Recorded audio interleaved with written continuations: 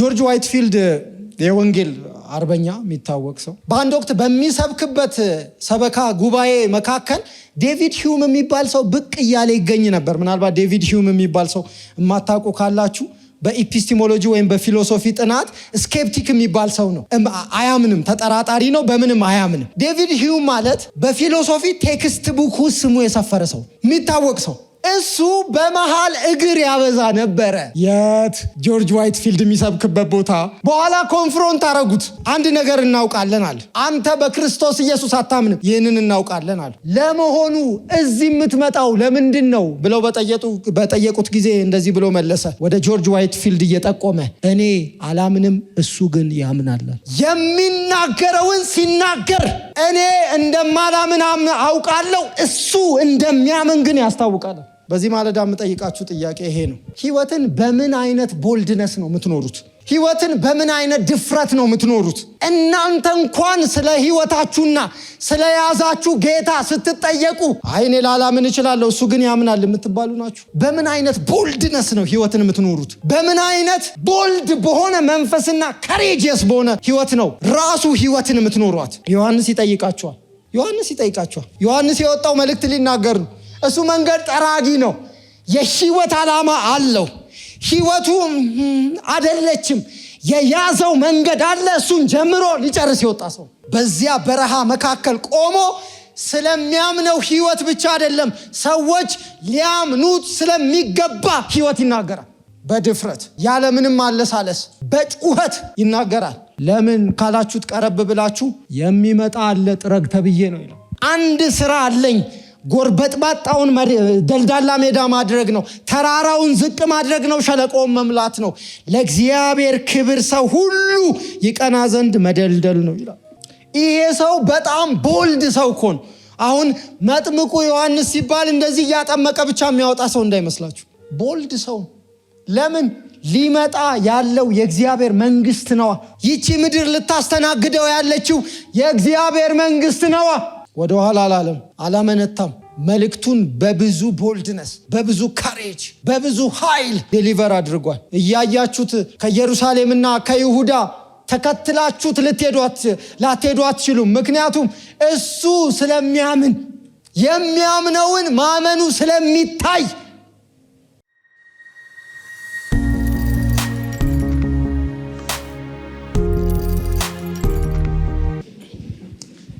የማርቆስ ወንጌል ምዕራፍ 1 ከቁጥር 1 ጀምሮ።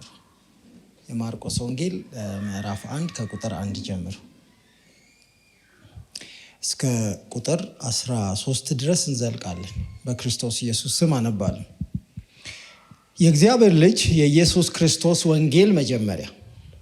እነሆ መንገድህን የሚጠርግ መልእክተኛዬን በፊትህ እልካለሁ፣ የጌታን መንገድ አዘጋጁ፣ ጥርጊያውንም አቅኑ እያለ በምድረ በዳ የሚጮህ ሰው ድምፅ ተብሎ በነቢዩ በኢሳይያስ እንደተጻፈ ዮሐንስ በምድረ በዳ እያጠመቀ የንስሐ ጥምቀት ለኃጢአት ስርየት እየሰበከ መጣ። የይሁዳም አገር ሁሉ የኢየሩሳሌምም ሰዎች ሁሉ ወደ እርሱ ይወጡ ነበረ።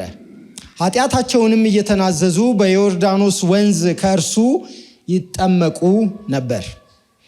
ዮሐንስም የግመል ጠጉር ለብሶ በወገቡ ጠፈር ይታጠቅ፣ አንበጣና የበረሃ ማር ይበላ ነበር። ተጎንብሼ የጫማውን ጠፈር መፍታት የማይገባኝ ከእኔ የሚበረታ በኋላዬ ይመጣል። እኔ በውሃ አጠምቃችኋለሁ፣ እርሱ ግን በመንፈስ ቅዱስ ያጠምቃችኋል እያለ ይሰብክ ነበር። በዚያም ወራት ኢየሱስ ከገሊላ ናዝሬት መጥቶ ከዮሐንስ በዮርዳኖስ ወንዝ ተጠመቀ። ወዲያውም ከውሃው በወጣ ጊዜ ሰማያት ሲቀደዱ፣ መንፈስ እንደ ርግብ ሲወርድበት አየና የምወድህ ልጄ አንተ ነህ፣ በአንተ ደስ ይለኛል የሚል ድምፅ ከሰማያት መጣ። ወዲያውም መንፈስ ወደ ምድረ በዳ አወጣው። በምድረ በዳም ከሰይጣን እየተፈተነ 40 ቀን ሰነበተ። ከአራዊትም ጋር ነበረ፣ መላእክቱም አገለገሉት። ይህ የእግዚአብሔር ቃል ነው። እግዚአብሔር ሆይ እናመሰግንሃለን። በዚህ ተሰብስበናል። ቅዱሱን ከማር ወለላ ይልቅ የሚጣፍጠውን ቃልህን ልንሰማ አለን። የምንሰማው ቃል በልባችን ጠብ ይልልን ዘንድ ጸጋህን እንለምናለን። ሕፃናት በሆንበት፣ አላዋቂዎች በሆንበት፣ ባልበሰልንበት አቅጣጫ ጠቢባን ያደርገን፣ ትንሽ ፈቀቅ ያደርገን ዘንድ ደግሞ በክርስቶስ ኢየሱስ ስም በሕይወታችን እንዲሰራ እንፈቅዳለን። አቤቱ ወዳጆቼ ይቀመጣሉ፣ እኔ ቆማለሁ። መንፈስ ቅዱስ በዚህ መካከል ክርስቶስ ኢየሱስን አክብረው። በኢየሱስ ክርስቶስ ስም ጸለይን፣ አሜን። እግዚአብሔር ያክብራችሁ። ቁጭ በሉ። ዛሬ ከወንጌል መጽሐፍ ነው ምንጀምረው። እንደተዋወቀው ከወንጌል መጽሐፍ ነው ምንጀምረው። የማርቆስ ወንጌል በመጽሐፍ ቅዱሳችን 4 ወንጌላት አሉ፣ ይታወቃሉ። እንደ መግቢያ ፈጥናለሁ። 4 ወንጌላት አሉ፣ ይታወቃሉ። ለምን ኖረ ብላችሁ አስባችሁ ታውቃላችሁ? ብዙ ጊዜ ይህን ርዕሰ ጉዳይ ሳነሳ እንደማነሳው ምናልባት በአንዱ ካልገባቸው በሌላኛው ይገባቸዋል ብሎ ነው 4 ያደረገው እግዚአብሔር። ለምንድን ነው 4 ወንጌላት የኖሩ? አንድ በቂ አይደለም ወይ የሚል ጥያቄ ማንሳት እንችላለን። ተገቢም ነው። 4 ወንጌላት እንግዲህ ለግለሰቦች እንደ ስም ተሰጥተዋል እንጂ የግለሰቦች ወንጌል ግን አይደሉም። የማቴዎስ፣ ማርቆስ፣ ሉቃስ፣ ዮሐንስ ስንል ወንጌሉ የነሱ ነው እያልን አይደለም። የጻፉለት አካል አለ። የጻፉት ግን እነሱ ስለሆኑ በእነሱ ስም ይጠቀሳል። ወይንም በቤተ ክርስቲያን ትውፊት የእገሌ የሚል ስም የተሰጠው በቤተ ክርስቲያን ትውፊት ነው ማለት ነው። 4ቱ እንግዲህ ጥናታችን እሱ ስላልሆነ የ4ቱ ወንጌላትን ዝርዝር ስላልሆነ ጥናታችን በፍጥነት አልፋለሁ። 4ቱም ወንጌላት ስለ አንዱ ስለ ኢየሱስ ክርስቶስ የምድር ሕይወት፣ ሞትና ትንሣኤ በተመሳሳይ ሐሳብ በተለያየ አቅጣጫ ነው የዘገቡት። ይሄ ግልጽ ያደርገዋል። እዚህ ዛሬ የምናየው ማርቆስ ለየት የሚያደርገው ደግሞ ከተቀሩት በተለየ ክርስቶስ ኢየሱስን ፖርትሬ ያደረገበት የሳለበት መንገድ አለ ማለት ነው። የማርቆስ ወንጌል ማዕከሉ ማጠንጠኛው ምዕራፍ 10 ቁጥር 45 ላይ ያለው የሰው ልጅ ሊያገለግል ይልቁኑ ነፍሱን ለብዙዎች ቤዛ አድርጎ ሊሰጥ መጣ እንጂ ደግሞ እንዲገለገል አይደለም የመጣው የሚለው ዋናው ነው። ማርቆስ ክርስቶስ ኢየሱስ ስቅዩ ሎሌ ወይንም ስቅዩ ባሪያ እንደሆነ ይስላል። ይህንን በወንጌሉ ይስላል። ማርቆስ፣ ይሄ ማርቆስ ወንጌል ማለት ነው። ማርቆስ ስል ማርቆስ ወንጌልን ለማለት ነው። ግለሰቡን ከሆነ ደግሞ ማርቆስ ግለሰቡ መሆኑን ሁለቱን ለይቼ አነሳለሁ። ይሄ የማርቆስ ወንጌል ከወንጌላት ሲጻፍ የመጀመሪያው፣ ስለዚህ ማርኪያን ፕራዮሪቲ ይባላል። የመጀመሪያው የተጻፈው ወንጌል ይሄ ነው። አንድ ሁለተኛ፣ ለመጀመሪያ ጊዜ መጻፍ ብቻ ሳይሆን የማርቆስ ወንጌል ለመጀመሪያ ጊዜ ወንጌልን በጽሁፍ ያሰፈረው። አሁን ሁለቱ ልዩነት ግልጽ መሆን አለበት። ለመጀመሪያ ጊዜ የተጻፈ ነው ከወንጌላት ከመልእክታትና ከሌሎች አይደለም ያልኩት። ከወንጌላት ከ4ቱ ወንጌላት ለመጻፍ የመጀመሪያው አንድ። ሁለተኛ ማርቆስ ወንጌል የተባለው ራሱ ወንጌል በጽሁፍ በሰነድ ለመጀመሪያ ጊዜ የተሰነደው በማርቆስ ነው። ማርቆስ ባለውለታችን ነው። ለመጀመሪያ ጊዜ በጽሁፍ ሃለሃመ በግሪኩ ማለት ነው የተጻፈው በማርቆስ ነው። ያ ማለት ወንጌል የሚለው ቃል በራሱ በግሪኮ ሮማን ዓለም በግሪክና በሮማ ዓለም በሚባለው በወቅቱ ዓለም በጣም የተለመደ ቃል ነው። ለምሳሌ አንድ ሰው ማለዳ ቤታችሁ መጥቶ በወቅቱ ኢቫንጌሊዮን አለኝ ወንጌል አለኝ ካለ ምስር ብላ ነው የምትሉት። ለምን? እንኳን ደስ ያለ ነው ያለው ማለት ነው። ከዛ ቀጥሎ እገሌ ገሌ ወለደ፣ እንደዚህ ተሳካ ሊሆን ይችላል። ወይ ደግሞ ንጉሱ እየመጣ ነው ሊሆን ይችላል። እሰይ ትላላችሁ ማለት ነው። ማርቆስ ያደረገው ኢቫንጌሊዮን የሚል ወይንም ወንጌል የሚል የምስራች የሚል በግሪኮ ሮማን ዓለም የተለመደ ቃል ብትኖርም ማርቆስ ያደረገው ኢየሱስ ክርስቶስ ወደ ምድር ከመምጣቱ በሎሌነት በባሪያነት ህዝቡን ከማገልገሉ ከመሞቱ በትንሣኤ ከመነሳቱ የተነሳ ከዚህ ውጪ ምንም ሌላ ትኩስና አዲስ መልካም ዜና ሊኖር አይችልም። ስለዚህ ይሄንን ወንጌል እጽፍላችኋለሁ ይላል ማለት ነው። ስለዚህ ማርቆስ የመጀመሪያው ነው ማለት ነው። መልካም ዜና ወንጌል፣ አሁን እኛ የምናውቀው ወንጌል በሰነድ የተሰነደበት ማለት ነው። አሁን ማርቆስ ራሱ ማን ነው የሚለውን ማጥናት ጥሩ ነው። ማርቆስ ራሱ ማን ነው የሚለው ባጭር ቃል፣ ማርቆስ ሲጀምር ህይወቱ በገጭ የጀመረ ሰው ነው። አሁን ቅድምም ብያለሁ ባለውለታችን ነው ብያለሁ አይደል? ሲወለድ ራሱ የከበረ ሰው ነው የሚመስለው አይደል? ቅድም አነጋገሬ። የሚገርማችሁ ግን በብዙ ገጭ ውስጥ ነው የጀመረው አገልግሎቱን። ትዝ ይላችኋል ደብር ላይ እራት የበሉበት ቦታ ቤት፣ እሱ ሐዋርያት ሥራ ትዝ ይላችኋል የማርቆስ እናት ቤት ነው። የማርቆስ እናት ቤት ነው። ስለዚህ ቤተሰቡ የወንጌልን አገልግሎት አገልግሏል፣ ኢየሱስን አስተናግዷል። እሱ ግን ትንሽ ገጭ አላጣው። አጀማመሩ ለማሳየት ያህል ይህን ከተረዳ በኋላ ጴጥሮስ ሐዋርያት ሥራ ምዕራፍ 12 ነኝ። ይህን ከተረዳ በኋላ ጴጥሮስ ትዝ ይላችኋል ታሰረ፣ በኋላ ተለቀቀ። የሆነ ሁሉ ከጌታ እንደተነሳ ከተረዳ በኋላ ወደዛች ወደ ሮዳ ወደምትባለዋ ወደ ቤት ሰራተኛዋ ብቅ ብሎ እንደመጣ በነገራት ጊዜ ደንግጣ የሮጠችበት ያኛውን ጊዜ አስቡና። ይህን ከተረዳ በኋላ ብዙ ሰዎች ተሰብስበው በአንድነት ወደሚጸልዩበት ማርቆስ የተባለው ወደ ዮሐንስ እናት ቤት። ማርቆስ ሲጠራ ማርቆስ የተባለው ዮሐንስ ነው የሚባለው ሲጠራ። ስለዚህ ስናወራኛ ለምሳሌ ስናወራ ማርክ ጆን ስንል እያልን ያለነው ማርቆስ በሚል ስሙ የሚጠራው ዮሐንስ ራሱ እዚሁ እንደሚጠራው ማለት ነው። ስለዚህ ይሄ ቤት ማለት የማርቆስ የእናቱ ቤት ነው። ከዛ ደግሞ ማርቆስ የባርናባስ የቅርብ ዘመድ ነው፣ ያክስት ልጅ ነው። ቀረብ ይላል ማለት ነው። ቀረብ ይላል። ቆላሲስ 4:10 ላይ አብሮኝ የታሰረውን አርስጦቅሮስንና የበርናባስ የአክስቱን ልጅ ማርቆስን ይላል ሐዋርያው ጳውሎስ። የበርናባስ የአክስቱ ልጅ ነው። አሁን ምንድነው ገጭ የተፈጠረው ያልከው ካላችሁኝ፣ ባርናባስ ለጳውሎስ እንዴት መንገድ እንደቀደደ ታውቃላችሁ። ስለዚህ ባርናባስን ያዙትና ሐዋርያው ጳውሎስ ደግሞ አለ። ምንድን የተከሰተው? መጀመሪያ የወንጌል አገልግሎት ሊንቀሳቀሱ በተለይ መጀመሪያ የሐዋርያው ጳውሎስ የወንጌል ጉዞ ሊጀምር ሲል ባርናባስ በዚህ በኩል ሐዋርያው ጳውሎስ በዛ በኩል ማርቆስ የተባለው ዮሐንስ መሃል ላይ ሆኖ ሁለቱን አነካክቷቸዋል። ምንድነው የተፈጠረው? በጵስድያ እያሉ ጳውሎስና ጓደኞቹ ከጳፉ ተነስተው በጵንፍልያ ወደምትገኝ ወደ ጴርጌን ሄዱ። ዮሐንስም ከእነርሱ ተለይቶ ወደ ኢየሩሳሌም ተመለሰ። ይህ ማለት ማርቆስ ዮሐንስ ተመለሰ። እነርሱ ግን ከጴርጌም ተነስተው በጵስድያ ውስጥ ወዳለች ወደ አንጾኪያ ሄዱ። በሰንበትም ቀን ወደ ምኩራብ ገብተው ተቀመጡ።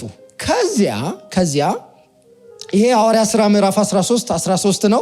ከዛ 1-2 ምዕራፍ ሻገሪልና ምዕራፍ 15 ላይ ጳውሎስ ከጥቂት ጊዜ በኋላ በርናባስን ተነሳና የጌታን ቃል ወደ ሰበክንባቸው ከተሞች ሁሉ እንሂድ፣ በዚያም ያሉ ወንድሞች በምን ሁኔታ እንዳሉ ለማወቅ እንጎብኝ አለው።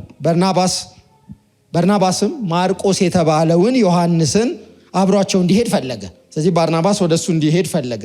በኋላ ጳውሎስ ግን እርሱ ይዞት ለመሄድ አልፈለገም ይላል። ጳውሎስ ማርቆስ የተባለውን ዮሐንስን ሊወስደው አልፈለገም። ለምን? ፕራየር ቱ ዲስ ምዕራፍ 13 ላይ ትንሽዬ ሻካራ ነገር ተፈጥሯል። ለምን? ተመልሶ ሄዷል። ማርቆስ የኛ ማርቆስ ማለት ነው፣ የአሁኑ ማርቆስ። ከዚህ ትንሽ ሻካራ ነገር ስለተፈጠረ ባርናባስ ይዞት ሊሄድ በፈለገ ጊዜ በውስጥ አዋቂነት ውሰደው አልፈልግም አለ ሐዋርያው ጳውሎስ። ከዚያ በኋላ እንደዚህ ይላል፣ በጣም በጥንቃቄ ሲጽፍልን መጽሐፍ ቁጥር 38 ላይ ጳውሎስ ግን እርሱን ይዞ ለመሄድ አልፈለገም። ምክንያቱም ከዛ ሰፍ ብለን ምክንያቱ ምን ይሆን ብለን ስንጠብቅ ቀደም ሲል ማርቆስ ከነርሱ ተለይቶ በጵንፍልያ ስለቀረ እና ወደ ስራ አብሯቸው ስላልሄደ ነበር። 4 ነጥብ። ዝርዝር የለውም። በዚህ ምክንያት አብሮ ሊወስደው አልፈለገም። ያ ማለት በመካከላቸው አንዳች የሆነ መጎረባበት ተፈጥሮ ነበረ በጳውሎስና በማርቆስ መካከል፣ ተያይዞ ደግሞ ከባርናባስ ጋር ማለት ነው። አንደኛ ዝምድና አለ፣ ሁለተኛ ደግሞ ተያይዘው ሄደዋል ማለት ነው። ቁጥር 39 እንዲህ የከረረ አለመግባባት በመካከላቸው ስለተፈጠረ እርስ በርስ ተለያዩ። ስለዚህ በርናባስ ማርቆስን ይዞ በመርከብ ወደ ቆጵሮስ ሄደ። ጳውሎስ ግን ሲላስን መረጠ። ወንድሞችም ለጌታ አደራ ጸጋ አደራ ከሰጡት በኋላ ተለይቷቸው ሄደ። ስለዚህ አሁን የሆነው ምንድን ነው? ባርናባስ ያክስቱን ልጅ ይዞ ሄደ። ሐዋርያው ጳውሎስ ሲላስን ይዞ በዚህ በኩል ሄደ። በመካከላቸው መጽሐፍ እንደዚህ ይላል፣ የከረረ ጥል አለመግባባት ስለተፈጠረ። አሁን ይህንን ካነበብን በኋላ በስማም እንዴት ሆነው ይሆን እነዚህ ሰዎች? ማለት ጳውሎስ ማለት የኛ ጳውሎስ እንዲህ የከረረ ጥል ውስጥ ይገባል። የከረረ ጥል፣ ብዙ ተጨቃጭቀዋል፣ ብዙ ተከራክረዋል። እስከምን ድረስ ደርሷል? ተለያይተዋል። የስ ተለያይተዋል። በኋላ ጉድ አትሉም? ጉድ ማርቆስ የተባለው ዮሐንስ፣ የኛ ማርቆስ፣ ይሄኛው ማርቆስ በኋላ ከሐዋርያው ጳውሎስ ጋር እንደዚህ ተሰፍቶ የወንጌልን አገልግሎት አብሮ የሚያገለግል ተጣማሪ ሆኖ ይመለሳል። ለምን እንዳልኩ መለሳለሁ።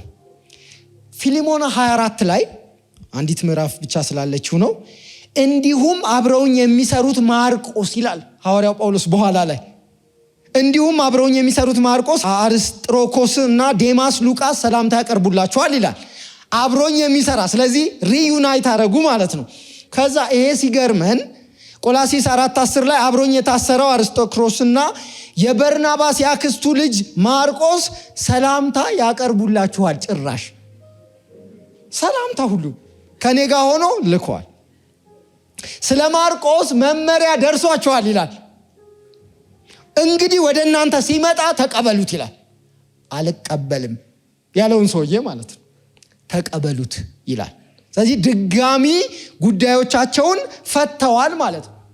ሌላው ሁለተኛ ጢሞቴዎስ ምዕራፍ 4 ቁጥር 11 ላይ ትዝ ይላችኋል።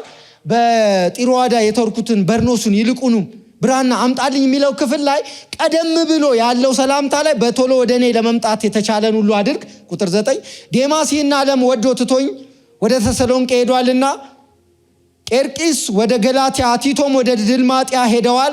ከእኔ ጋር ያለው ሉቃስ ብቻ ነው። ማርቆስ በአገልግሎቴ ስለሚረዳኝ ከአንተ ጋር ይዘኸውናል ይላል። አምጣው ይላል። በአጭር ቃል ለመሰብሰብ ኃያላን ይጋጫሉ፣ ጎበዞች ይጋጫሉ። የሚጋጩት ግን በስራ ነው እንጂ በኤጓቸው ግን አይደለም። የሚገርመው በእኛ በኢትዮጵያ አልፋቤታችን ራሱ ፑ እና ፐ ያልነውን ፑ ለማለት ቅርብ እዛው ናቸው። እዛው እኛ የሆነ ነገር ብለን ሰው ሲመልስልን ካሁን አሁን እንደዚህ መልሶልኛል ብለን እሳት ለብሰን እሳት ጎርሰን ሌላ ምላሽ ለመስጠት በምንጋጋጥበት በዚህ ጊዜ ሐዋርያው ጳውሎስ የከረረ በሁለታቸው መካከል የሚለይ ልዩነት ያለው የሐሳብ ልዩነት ተፈጥሮ ይህንን ሪዞልቭ አድርገዋል። ይህንን ፈተዋል። ጌታ ይርዳን። ይሄ የትምህርቱ ክፍል አይደለም፣ ግን አሁን ትዝ እያለችሽ ያለችዋ እህት ከሰዓት በቃ ደውይላት። አሁን ያለው አማራጭ እሱ ነው። ስለዚህ በመካከላቸው የነበረውን ውጥረት በዚህ ሁኔታ ነው የፈቱት ማለት ነው። በኋላ ጭራሽ አብረው አይሄዱም ብለን ያሰብናቸው በዚህና በዚህ የሄዱ ሰዎች እጅና ጓንት ሆነው ይህንን የወንጌል ስራ ተጣምረው ሲሰሩ ታያላችሁ። ምክንያቱም በመካከል ያለው ወንጌል ስለሆነ። ታዲያስ ወደ ተጻፈው ወንጌል እንምጣ። ማርቆስ በጣም የተወደደ ወንጌል፣ በጣም ጥር ያለች ወንጌል ጽፏል።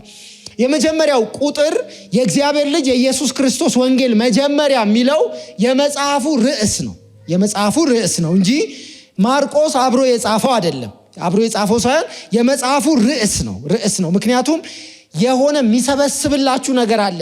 የእግዚአብሔር ልጅ የኢየሱስ ክርስቶስ ወንጌል መጀመሪያ ብሎ እንዲህ ስብስብ ያደርገዋል። ከቁጥር 1 ጀምሮ የጠቀሰው ርዕስ ወደ ታች ያለውን ያብራራል። መጀመሪያው ምንድን ነው ታዲያ? መጀመሪያው አንድና አንድ ነው። በነቢዩ ኢሳይያስ እንዲህ ተብሎ እንደተጻፈ በምድረ በዳ የሚጮኸው ድምፅ እነሆ ከተፍ ብሏል ይላል፣ መጥቷል ይላል። ምንድን ነው የሆነው? እነሆ መንገድህን የሚጠርግ መልእክተኛዬን በፊት እልካለሁ፣ የጌታን መንገድ አዘጋጁ፣ ጥርጊያውንም አቅኑ እያለ በምድረ በዳ የሚጮህ ሰው ድምፅ። የሚገርመው እዚህ ውስጥ ማን ለማን እንደጻፈ ብዙ ጊዜ ልብ አንልም፣ ግን መልእክቱ ደስ ይላል። በቃ መንገድን ጥረግ የተባለው መልእክተኛ መጥቷል እንላለን። እዚህ ውስጥ ግን እነሆ መንገድህን የሚጠርግ የተባለለት ኢየሱስ ነው። መንገድህን የሚጠርግ የተባለለት ኢየሱስ ነው። መልእክተኛዬን የሚለው እግዚአብሔር አብ ነው። በፊትህ የሚለው ለኢየሱስ ነው። እልካለሁ። እዚህ ውስጥ ነው ያለው ሐሳቡ። መንገድህን ያንተን መንገድ የሚጠርገው የኔ መልእክተኛ በፊትህ ይቀድማል ተብሎ የተጻፈ ማለት ነው። ይህንን ክፍል የሚገርማችሁ ኢሳይያስ 40 ላይ ታገኙታላችሁ። ትንቢተ ሚልክያስ ምዕራፍ 3 ላይ ታገኙታላችሁ። ከዘጸአት 20 ወስዷል። የሚገርመው ግን ተብሎ እንደተጻፈ ያለው ለነቢዩ ኢሳይያስ። እሺ እነዚህን የብሉይ ኪዳን ንባባት አውጥታችሁ ከማርቆስ ምዕራፍ 1 ቁጥር 2 እና 3 ጋር ብታስተያዩቸው ተመሳሳይ አይደሉም። በሌላ አገላለጽ ኮፒ ፔስት አይደሉም። ነገር ግን አብዛኛውን የወሰደው ከኢሳይያስ ስለሆነ ለኢሳይያስ ይሰጠዋል። አንድ ሁለተኛ፣ በነገረ መለኮት ጥናት ሳንድዊች ቴክኒክ የሚባል ወይንም ኢንተርካሌሽን የሚባል አለ በዚህ በወንጌላት ጥናት። እሱም ምንድን ነው? ከሁለት በላይ የሆኑ ክፍሎችን ሲወስዱ የአዲስ ኪዳን ጸሐፍት ምንድን ነው የሚያደርጉት? እንደ ሳንድዊች መሀል ላይ አስገብተው ይገጥሙታል። ዘንድ ከክፍሉ በርከት ያለውን የወሰዱትን የጠቀሱትን አካድ ይጠቅሳሉ ማለት ነው። በዚህ ሁኔታ ኢሳይያስን ይጠቅሳል።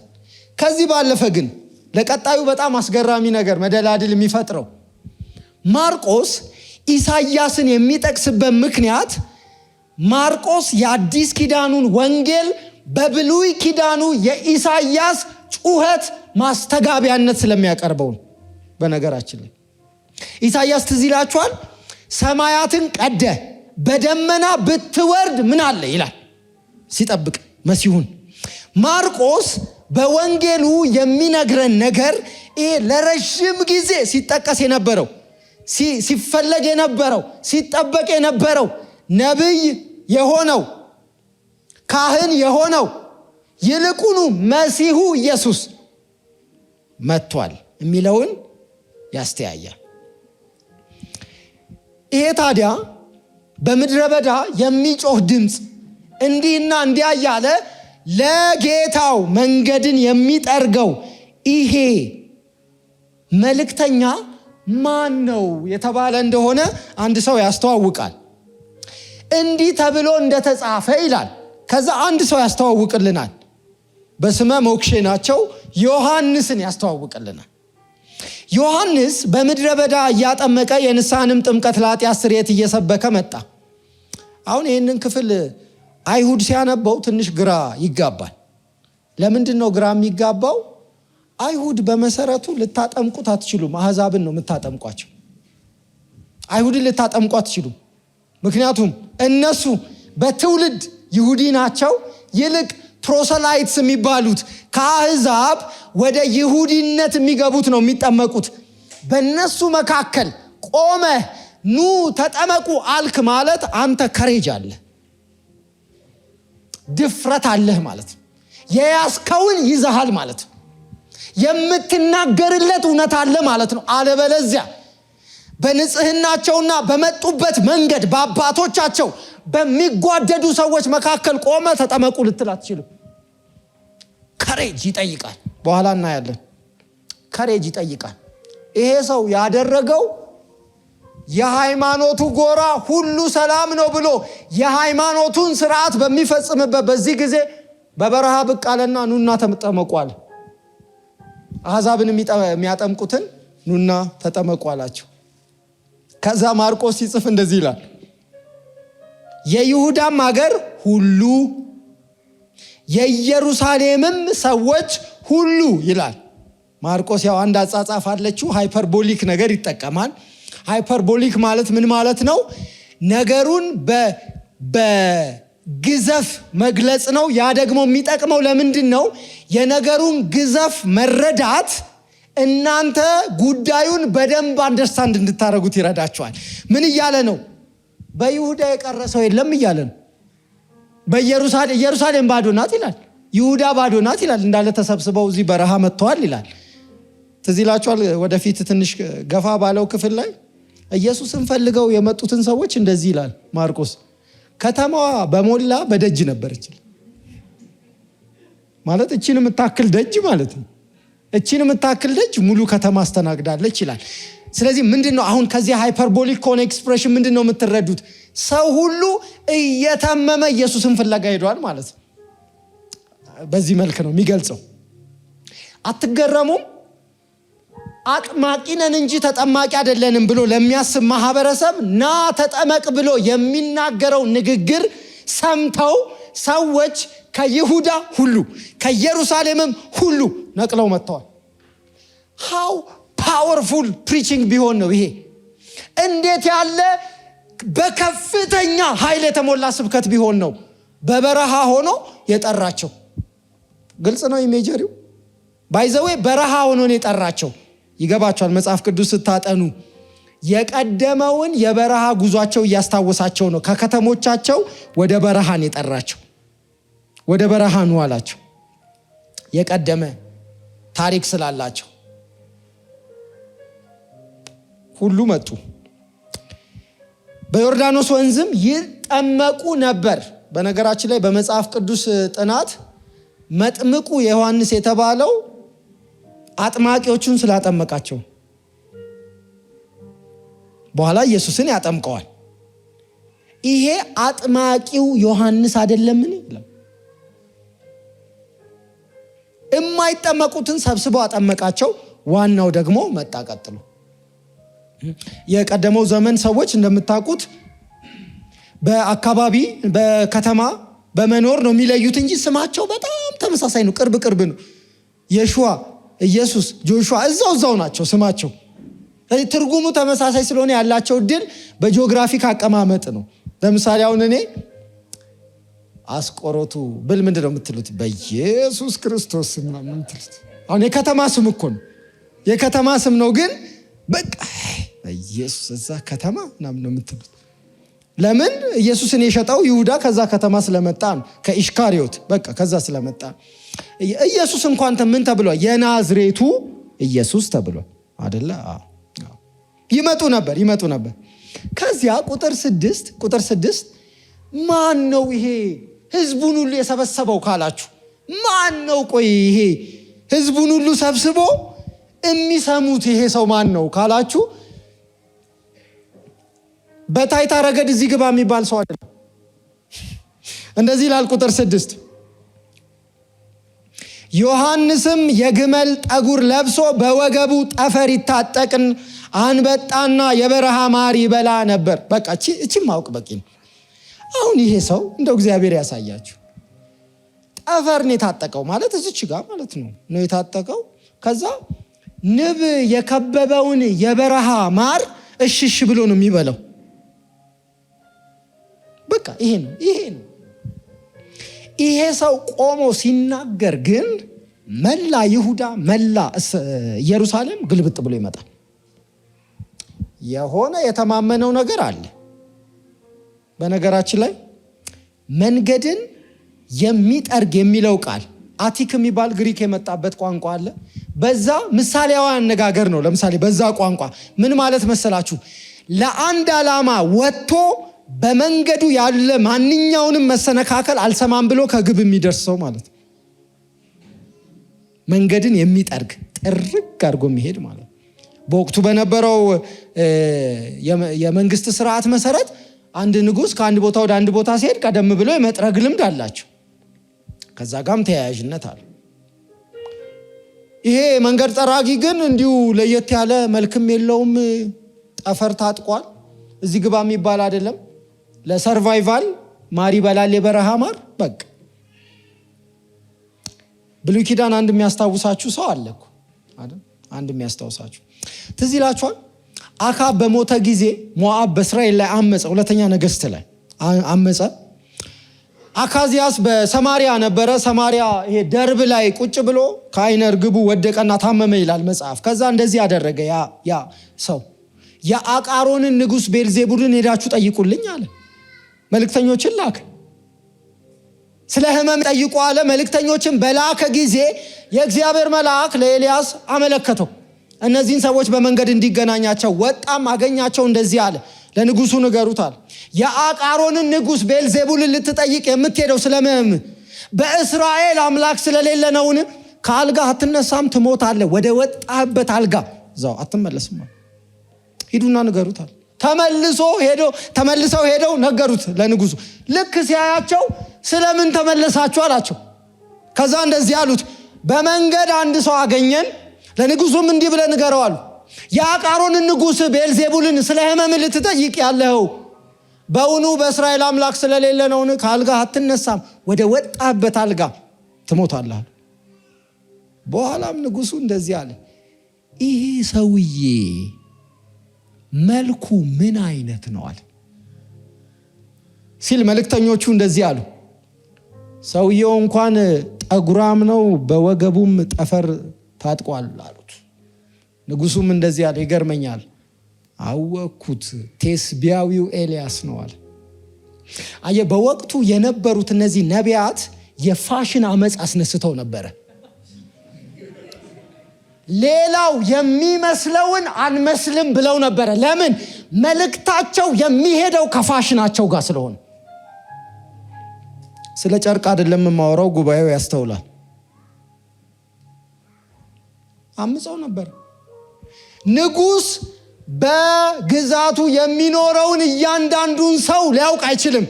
ይሄንን ሰው ግን ሊስተው አይችልም። ቴስቢያዊው ኤልያስማ ነው አለ ይሄ ሰው። ለምን? የነቢያት ወጉ ነው፣ የነቢያት ልኩ ነው፣ የነቢያት መልኩ ነው። ለሚያምንበት ዓላማ የሚሆን አይነት ህይወት መኖር ማለት። እንግዲህ በዚህ ዘመን ባላቸው ነገር ማንነታቸው የሚጨምር እየመሰላቸው የሚጓደዱ ሰዎች ገጥሟቸው ያውቃል? የሆነ የያዙት ታብሌት ማንነታቸው ላይ አድ የሚያደርግ የሚመስላቸው ሰዎች ገጥሟቸው ያውቃል? የሚመጣው ነገር እነሱን ሊያሳምር እንደመጣ ረስተው ቫሊዩ አድ እንዳደረጉ የሚያስቡ ሰዎች፣ የያዙት ውድ ነገር ከነሱ የሚወደድ ሰዎች ገጥሟቸው ያውቃል? ሲልክ ምናምን ስናወራ ራሱ ሲልክ ምናምን እንላለን አይደል? የሆነ ሲልክ በቃ እኔ ሌላ ነገር ሁላ እንዲህ እንትን ኢች ያደርገኛል። ሲልክ ነው የምለብሰው ነው። መቼ ዕለት ቆንጂት ምን አለችኝ? አንድ በስራ ቦታ እንግዶች ይዘው ሄደው አስጎብኝተው አንድ ቦታ ሀር ምናምን የሚሰራ ትል አይደል? እና ይሄን ክፍል እያሰብኩኝ አንተ ትል ራሱ ያለብሰን የለ እንዴ?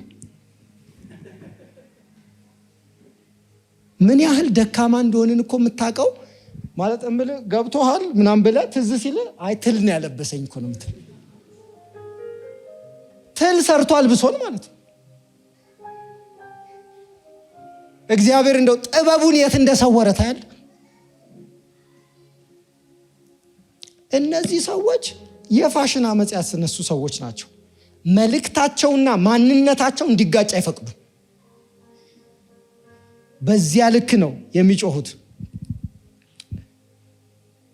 ዮሐንስ ከዚህ በፊት እንደዚህ አይታችሁት የማታውቁ ከሆነ ደፋር ሰባኪ ነው። መንገድ ሊጠርግ ነው የመጣው፣ ሊቀልድ አይደለም የመጣው። ብትችሉ ዞር ዞር በሉ ሊል አይደለም የመጣው። ድንጋዩን ድንጋይ ስጋውን ስጋ ሊል ነው የመጣው። የሚመለሰውን ተመለስ፣ የሚሄደውን በርታ ሊል ነው የመጣው። መልእክተኛ ነው፣ ሊያለሳልስ የመጣ ሰው አይደለም። ለምን አትሉ? 400 ሲደመር ጸጥ ባለ ሰማይ ቀዶ የመጣ ሰው ነው ዮሐንስ። ሊቀልድ የመጣ ሰው አይደለም። የእግዚአብሔርን ድምፅ ሳይቀነስ ሳይጨመር እንዳለች ኩልል አድርጎ በበረሃ ሊጮህ የመጣ ሰው ነው። ሊናገር የመጣ ሰው ነው። ገብቶሃል አይደለ? እንዲህ ቤዚካሊ አይ ዶንት ኖ ገብቶ ከሆነ ሊል አይደለም የመጣው፣ ቁጭ ሊያደርግ ነው የመጣው። ጆርጅ ዋይትፊልድ የወንጌል አርበኛ የሚታወቅ ሰው በአንድ ወቅት በሚሰብክበት ሰበካ ጉባኤ መካከል ዴቪድ ሂውም የሚባል ሰው ብቅ እያለ ይገኝ ነበር። ምናልባት ዴቪድ ሂውም የሚባል ሰው የማታውቁ ካላችሁ በኢፒስቲሞሎጂ ወይም በፊሎሶፊ ጥናት ስኬፕቲክ የሚባል ሰው ነው። አያምንም፣ ተጠራጣሪ ነው፣ በምንም አያምንም። ዴቪድ ሂውም ማለት በፊሎሶፊ ቴክስት ቡክ ውስጥ ስሙ የሰፈረ ሰው፣ የሚታወቅ ሰው። እሱ በመሃል እግር ያበዛ ነበረ። የት? ጆርጅ ዋይትፊልድ የሚሰብክበት ቦታ። በኋላ ኮንፍሮንት አረጉት። አንድ ነገር እናውቃለን አለ። you don't believe in Jesus Christ። ይህንን እናውቃለን አሉ። አንተ በክርስቶስ ኢየሱስ አታምንም፣ ይህንን እናውቃለን አሉ።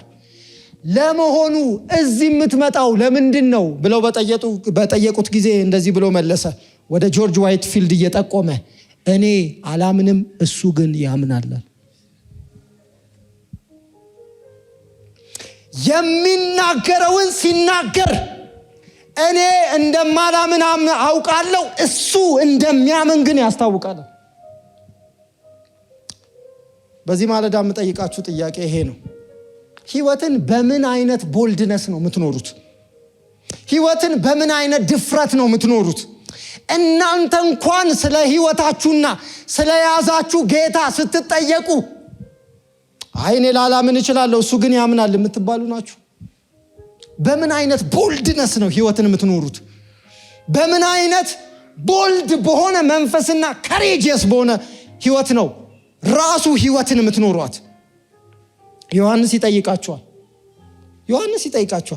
ዮሐንስ የወጣው መልእክት ሊናገር ነው። እሱ መንገድ ጠራጊ ነው። የህይወት ዓላማ አለው። ህይወቱ አይደለችም፣ የያዘው መንገድ አለ። እሱን ጀምሮ ሊጨርስ የወጣ ሰው፣ ላይመለስ የወጣ ሰው። በመንገድ ነገስታት ቢመጡ መጥተዋል፣ አንገቱን ይዘውት ሄደዋል። ሌሎችም ቢመጡ የሚቆም ሰው አይደለም። ለምን? መንገድ ትጠርጋለህ ተብሏል። ያንን መልእክት ይዟል። ወደኋላ የሚመለስ ሰው አይደለም። ከሬጅ በዚያ በረሃ መካከል ቆሞ ስለሚያምነው ህይወት ብቻ አይደለም፣ ሰዎች ሊያምኑት ስለሚገባ ህይወት ይናገራል። በድፍረት ያለምንም ማለሳለስ በጩኸት ይናገራል። ለምን ካላችሁት ቀረብ ብላችሁ የሚመጣ አለ ጥረግ ተብዬ ነው ይላል። የሚመጣ አለ ማሳልፈው እኔ ጥረግ ተብዬ ነው። አንድ ስራ አለኝ። ጎርበጥባጣውን ደልዳላ ሜዳ ማድረግ ነው። ተራራውን ዝቅ ማድረግ ነው። ሸለቆውን መምላት ነው። ለእግዚአብሔር ክብር ሰው ሁሉ ይቀና ዘንድ መደልደል ነው ይላል። ከሬጂየስ የከሬጅ ሰው በትንሹም በትልቁም ምንድነው እማይል ህይወትን ከነ ሙሉ ኃይሏ ይዞ የቆመ ሰው፣ አንድ ብቻውን አጌንስት እስራኤል የቆመ ሰው። ይሄ ሰው እኮ ደፋር ሰው፣ ይሄ ሰው እኮ በጣም ደፋር ሰው እኮ። ይሄ ሰው በጣም ቦልድ ሰው እኮ ነው። አሁን መጥምቁ ዮሐንስ ሲባል እንደዚህ እያጠመቀ ብቻ የሚያወጣ ሰው እንዳይመስላችሁ። ቦልድ ሰው። ለምን? ሊመጣ ያለው የእግዚአብሔር መንግስት ነዋ። ይቺ ምድር ልታስተናግደው ያለችው የእግዚአብሔር መንግስት ነዋ።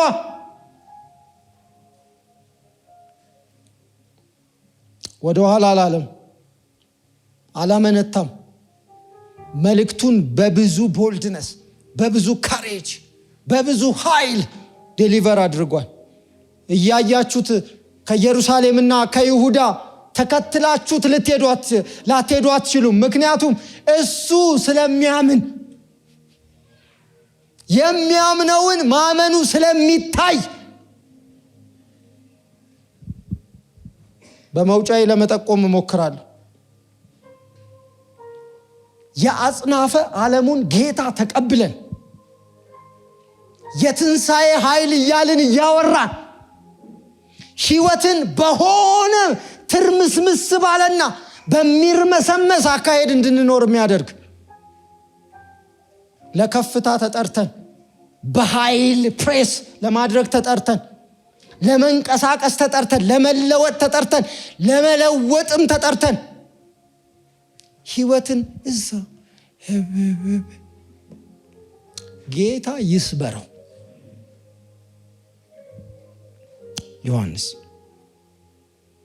በኋላ እንደዚህ ይላል ቁጥር 7 ተጎንብሼ የጫማውን ጠፈር መፍታት የማይገባኝ ከኔ የሚበረታ በኋላ ይመጣል፣ እኔ በውሃ አጠምቃቸዋለሁ፣ እርሱ ግን በመንፈስ ቅዱስ ያጠምቃቸዋል እያለ ይሰብክ ነበር። ጮክ አድርጎ ይሰብካል። የዮሐንስ ስብከት 2 ነው ታውቃላችሁ። እየመጣ ነው ይላል፣ ከመጣ በኋላ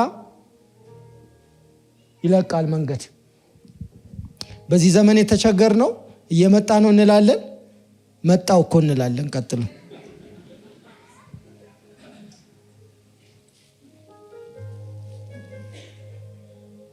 እየመጣ ነው አለ፣ መጣ፣ መንገድ ለቀቀ። ቀጥሎ ያለው ክፍል ላይ በነገራችን ላይ ዮሐንስም ተላልፎ ከተሰጠ በኋላ አዲስ ምዕራፍ፣ አዲስ የአገልግሎት ሲዝን፣ አዲስ አቅጣጫ ይከሰታል። የሱ ስራ መንገድ መጥረግ ነበር። ከዚያ በዚያም ወራት ቁጥር 9 ኢየሱስ ከገሊላ ናዝሬት መጥቶ ከዮሐንስ በዮርዳኖስ ወንዝ ተጠመቀ። ወዲያውም ከውሃ በወጣ ጊዜ ሰማያት ሲቀደዱ መንፈስ እንደ ርግብ ሲወርድበት አየና የምወድህ ልጄ አንተነ፣ በአንተ ደስ ይለኛል የሚል ድምፅ መጣ ይላል። ከዛ በፊት በጣም ብዙዎች ተጠምቀው ይሄ ድምፅ አልመጣም። የይሁዳ ሁሉ ኢየሩሳሌም ሁሉ ተጠምቆ ይሄ ድምፅ አልመጣም። አሁን ይሄ ድምፅ ሲመጣ በነገራችን ላይ ዮሐንስ ለንስሐ ስርየት የንስሐ ጥምቀት መስበክ ያቆማል።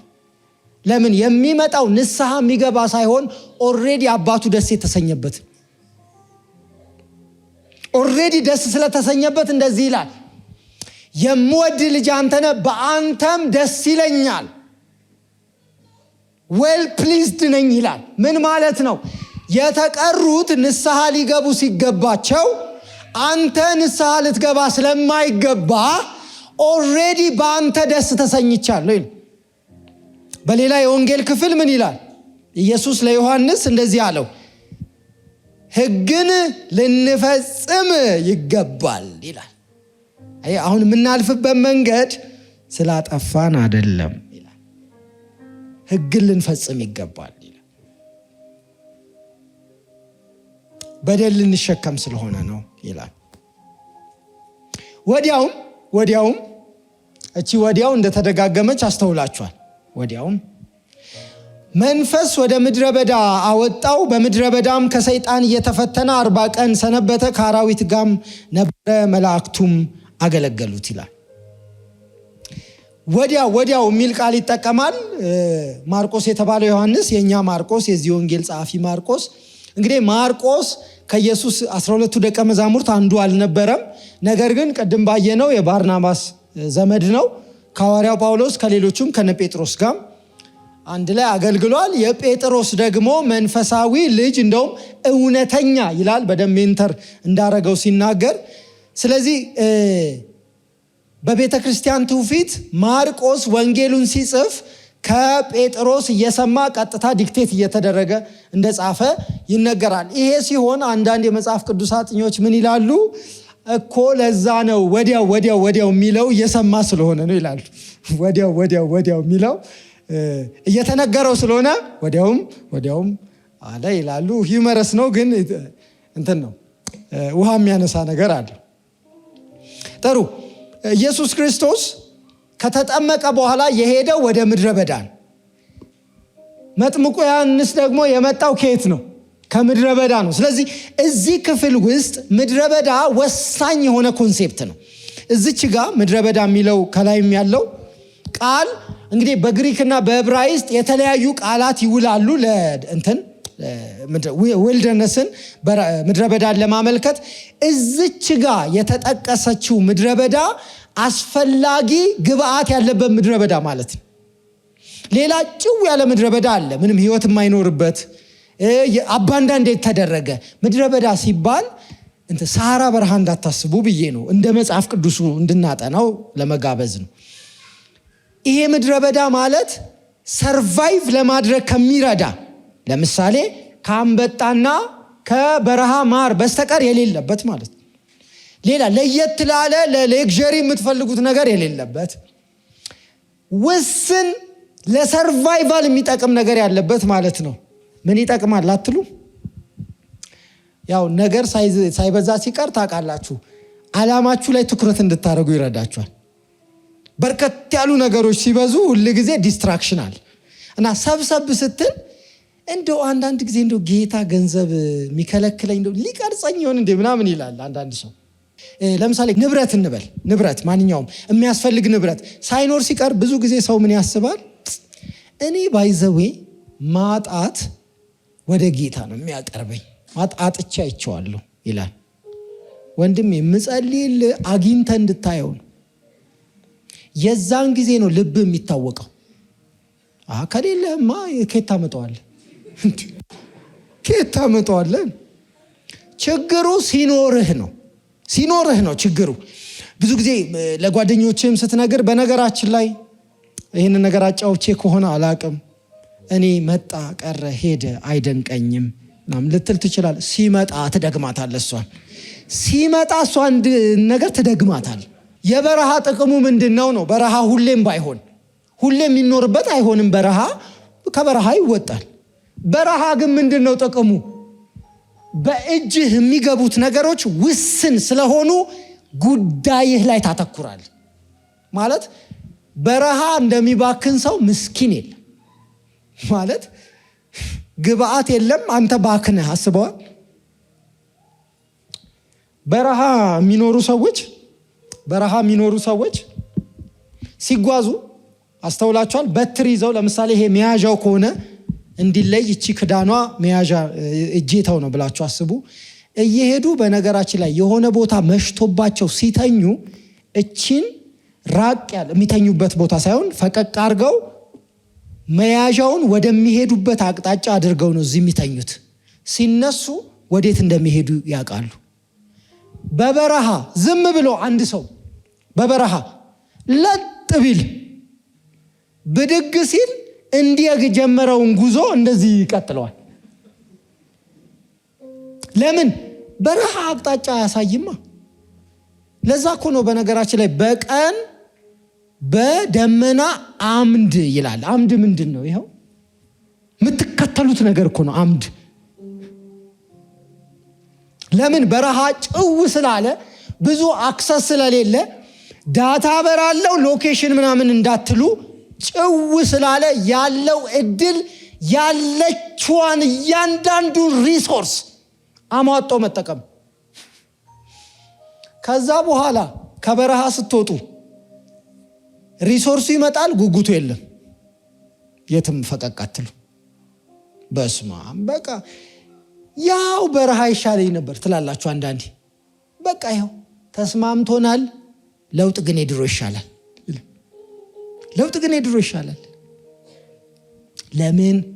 በረሃ መቀረጫ ቦታ፣ መስተካከያ ቦታ፣ ሞልድ መደረጊያ፣ መስመር መያዣ ቦታ። ስለዚህ ባልተፈተንበት አቅጣጫ ብዙ እችላለሁ እንዳንል በረሃ ልከኛ የሚያደርገን ቦታ ነው። ስንወጣ ትናንትን ማሰብ፣ የተዘጋጀንበትን ዝግጅት ማሰብ በጣም ጥሩ ነው። መንገዳችን ከዚህ ጋር ስለሚያያዝ ማለት ነው። በዚህ ሁኔታ ወንድሞቼና እህቶቼ መጥምቁ ዮሐንስ የክርስቶስ ኢየሱስን መምጣት፣ የወንጌሉን የእግዚአብሔር መንግስት ወንጌልን መበሰር በዚህ ሁኔታ ደልዳላ ሜዳ በማድረግ አገልግሎቱን ይጀምራል። ቅድም እንዳልኩት ልክ ዴቪድ ሂውም እንዳለ እሱን ስታዩት እኔ ባላምን እንኳን እንደሚያምን እርግጠኛ ነኝ ያውቃለሁ የምትሉት አይነት በጣም ቦልድ ሰው ነው። ወደኛ ልምጣና መውጫና መቋጫዬን አበጃለሁ። ሰው ሁሉ ጸጥ ብሎ ያስተውል። በህይወቱ ከፍታ ላይ ቆሞ፣ አለት ላይ ቆሞ፣ ኮረብታማ ቦታ ላይ ቆሞ በልበ ሙሉነት ካሬጅስ ሆኖ ቦልድ ሆኖ የሚናገረው አንድ እውነት ቢኖር ምንድን ነው? ለራሳችሁ ነው መልሱ። ቦታው ቢሰጣችሁ፣ አደባባዩ ቢሰጣችሁ፣ ከፍታው ቢሰጣችሁ፣ በህይወታችሁ ተወራርዳችሁ ደመቅ አድርጋችሁ የምትናገሩት አንድ እውነት አላችሁ።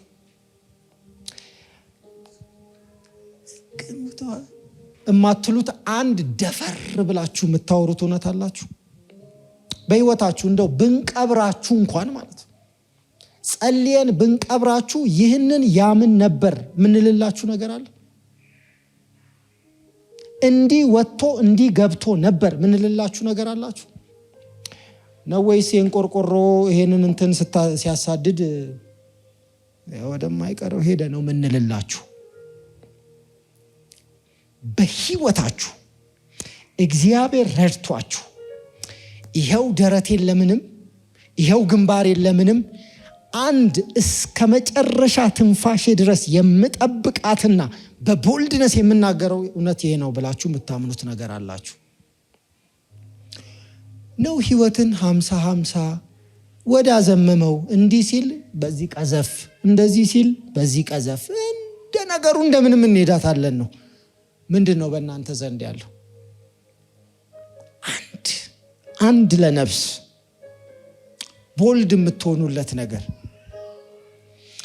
በዚህ እንኳን በእኛ መካከል ናችሁ፣ ግን በምትኖሩበት፣ በምትሰሩበት፣ በምትማሩበት፣ ወጥታችሁ ገብታችሁ ፍሬያማ በምትሆኑበት አካባቢ ወደ እናንተ እየጠቆሙ እኔ አላምንም ነገር ግን እሱ ያምናል የሚሉላችሁ ነገር አንድ ነገር ምንድን ነው?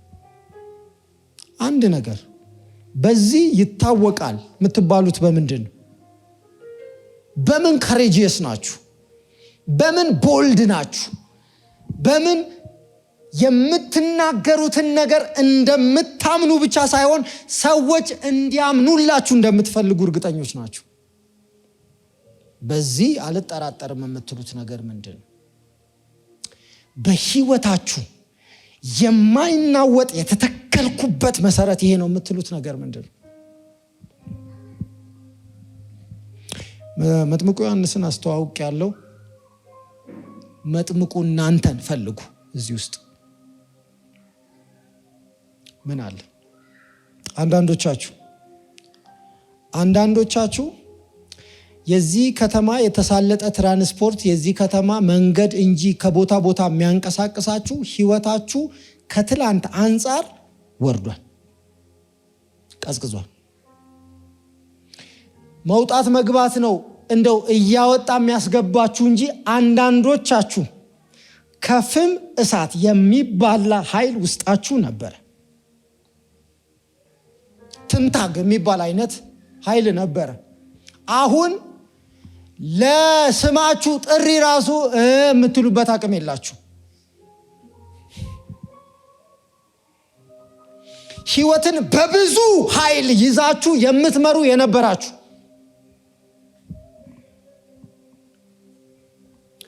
ወንድሜ ያሚ ባለፈው ምሳ እየበላን እየተጨዋወትን ይሄማ እግዚአብሔር ያዘጋጀው እድል ሳይሆን አይቀርም ስለው እንደዚህ አለ። እግዚአብሔር ሁለተኛ እድል እንደሚሰጥ ሁሉ የመጨረሻ የሚባል እድል አለ አለኝ።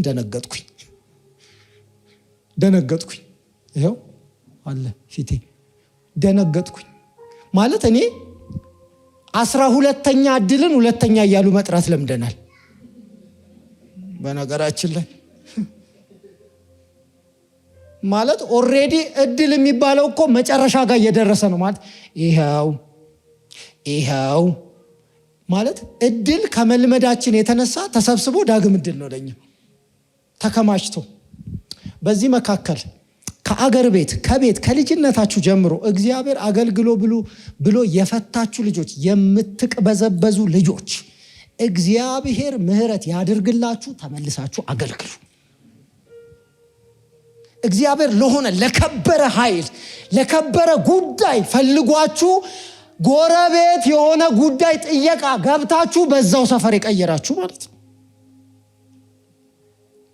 የድሮ ቴምፐራችሁ አብሯችሁ ያልሆነችሁ ወዳጆች ዮሐንስን እጠቅሳለሁ። የበረሃ ድምፅ ነው፣ የበረሃ ጩኸት ነው። ሁሉም ካለበት ሰብስቦ የጠራ ድምፅ ነው። ይሄ ድምፅ ከሬጂየስ ቦልድ ነው። እኔማ የሆነ የምቆጥረው ነገር ነበረኝ ያኔማ ሰራና አቤት እንዳለ አጀንዳው እዛ ሞልቶ ቁጭ ብሎለታል የምትሉት ነገር አራግፉ። ባለፈው አንድ የዲስከስ እያደረግን እየተካፈልነው የነበረው ነገር ነበር። ጥቂቱን አትናቁ። ዘካርያስ 3:4 አትናቁ፣ አራግፉ፣ ተንቀሳቀሱ። ይሄ የሕያዋን ጉባኤ ነው። ሕያው አምላክ የሚመራው ህዝብ ነው። አንዳንዶቻችሁ እግዚአብሔር የሰጣችሁን ስጦታ፣ ጸጋ፣ ታለንት ቁጭ አድርጋችሁ ለገንዘብ ብላችሁ ከድንጋይ ጋር እንደምትጋጩ ሰዎች ማለት ነው። እግዚአብሔር ይቅር ይበላችሁ። እግዚአብሔር አዘጋጅቶ የሰጣችሁን ጸጋና ታለንት በገንዘብ በኩል ልታገኙ የምትሞክሩ ማለት ነው። ምንኛ ተላላ ነው ብሏል አንድ ሰው። በገንዘብ በዝና በኩል ታለንቱን የእግዚአብሔርን ጸጋ የሚፈልግ ሰው ምንኛ ተላላ ነው ብሎ ያስቀመጠው እግዚአብሔር ራሱ ሊሰራ የወደደው ኃይል በእናንተ መካከል እያለ ኩንች አታድርጉ፣ አታዳፍኑ። ተነሱ፣ ቁሙ፣ ጸልዩ። መጸለይ ካልቻላችሁ እየጸለየ ያለ ሰው እጅ ያዙ። ተነሱ፣ ተራመዱ። መራመድ ካልቻላችሁ እየተራመደ ያለ ሰው ከኋላ ያዙ። ተንቀሳቀሱ። ታሪክ አንድ የሰማን ይሁና፣ ደግማችሁ ነገራችሁን፣ እሺ ይሁና፣ ሰለሳችሁልን፣ አይ እንግዲህ አሁን ወደ መፍትሄው፣ ወደ እንቅስቃሴ፣ ወደ ለውጥ አሁን በበቂ ሁኔታ ሰምተነዋል። ሲጀምር እኔ ትላንትና ህይወቴ ላይ ምናምን ሰማን 3 ጊዜ with all due respect ከትልቅ አክብሮት ጋር። አሁን ለአራተኛ ጊዜ ሳይሆን መስማት የምንፈልገው 4ኛ ላይ ምስክርነት ነው መስማት የምንፈልገው። ህመም እያቃለልኩ አይደለም፣ የማንንም ታሪክ እያቃለልኩ አይደለም። ግልጽ ነው፣ ግልጽ ሊሆን ይገባል። ካሞን አንተ እኛ እኮ የትንሣኤ የሚባል በሰማይም በምድርም የማይወዳደር ኃይል ያነሳን ሰዎች ነን። በቃ እኛ እኮ የትንሣኤ ምስክሮች ራሱ የተባል ነው። ራሱ ኢየሱስ ተነስቷል ይላሉ አሉ እኮ እነዛ ሰዎች። እኛን እኮ ተነስቷል፣ ተነስቶ ያስነሳል ብለው ያምናሉ አሉን እኮ። እሱን ኃይል፣ የትንሣኤውን ኃይል ጎበዝ ተነስ፣ ጎበዝ ተነስ። ሰው የሃይማኖቱን ዓለምና ነገስታትን ፊት ለፊት ቆሞ ከሰንሰለቴ በስተቀር አንተ ራሱ እንደኔ እንድትሆን እፈልጋለሁ ይላል። ጎበዝ ተነስ። በተሰጠህ ጸጋ ይልቁኑ ከድቅድቅ ጨለማ የመውጣትህን ሚስጥር እያሰብክ ተነስ፣ ጎበዝ ተነስ፣ ተነስ። አሁን ይሄ እያደረግን ያለ ነው። ይሄ እንደ ነገሩ መፈጸም እሱ የኛ ዴስቲኔሽን እንዳይመስል፣ እንደምንም እሱ የኛ ዴስቲኔሽን አይደለም። ተነስ ብራዘር፣ ተነስ። ዮሐንስን ምስክር እጠራለሁ። ተነስ። አንዳንዶቻችሁ ከእግዚአብሔር ጋር ከራሱ ከኃይል ሰጪው ከእግዚአብሔር ጋር ራሱ ሙግት ውስጥ ያላችሁ ሰዎች አሉ። እንዲህ ጎትተህ እንደዚህ ታነሳኝ እንደሆነ እናያለን ብላችሁ ተቀምጣችሁ እንዲህ ጎትተህ እኔ ሞክሬያለሁ እንዲህ ትስበኝ እንደሆነ እናያለን። እሱ ይምጣና አንተ እኛን ቀድመ ስትሮጥ ነው የምናይህ። ይምጣ እሱ፣ አንተ እሺ በል ብቻ። እንዲህ ከፊት ነው የምናይህ፣ ከፊት።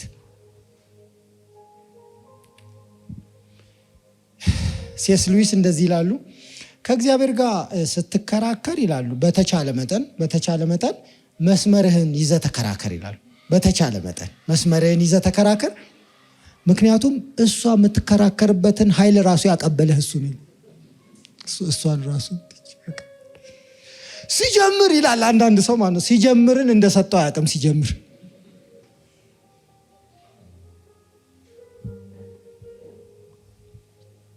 ያው ከዋናው ጋር ከታረቅን ያ ሁሉ ነገር ደህና ይሆናል አይደል? ስለዚህ በዚህ መካከል በተለያየ ህይወት አቅጣጫ የእናንተ ጥፋትን ባልሆነ ጉዳይ ሊሆን ይችላል ከእግዚአብሔር ጋር ባላችሁ ሙግት ኃይላችሁ ቀጥ ያለባችሁ ዝም እግዚአብሔር እሱ ራሱ ይፈታችኋል። እሱ ራሱ ይፈታችኋል።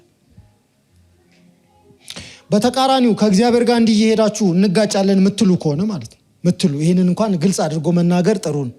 ሲጀምር እኔ ምናምን ምትሉ ከሆነ ሲጀምርም ሲያልቅም እግዚአብሔር ነው ሁሉ ነገር የሚይዘው። ስለዚህ መረጋጋት ጥሩ ነው። ከእግዚአብሔር ጋር ተጋጭታችሁ ያው መጨረሻ ላይ እኮ አሁን ቆይስ ተጎጂው ግን አይታወቅም። እዚህ ግጭት መካከል ይታወቃል እኮ ተጎጂው ይታወቃል። ኦልሬዲ ይታወቃል እዚህ ግጭት መካከል። ስለዚህ ለስለስ ማለት ነው። እንደዚህ ይላል የሀገራችን ሰው አይደል? እግዚአብሔር ሲጣላ አርጩም አይቆርጥም ያደርገዋል እንጂ ነገርህ እንዳይጥም ይላል። በቃ ምንም እኮ እንትን ይኸውልህ እንትን ምግብ እየበላ ሳር ይልሃል። በቃ ያለ እግዚአብሔር እኮ አሁን ክፋቱ እኮ እሱ ተድላ የለ እንትን ፈገግታ ራሱ እዚህ ጋር አይደርስም ብላ ነው የምታውቀው። ዘማሪው እንደሚለው የፊቴ ደስታ እሱ። ጎበዝ እንነሳ፣ ጎበዝ ኃይል የሚያስታጥቅ እግዚአብሔር ነው። ጎበዝ የበረሃ ጩኸት የበረሃ ድምፅ የሚሰጥ እግዚአብሔር ነው። ይህንን ያምናል የምንባለው እንኳን በእግዚአብሔር ላይ ባለን እምነት ነው። ጎበዝ እንነሳ።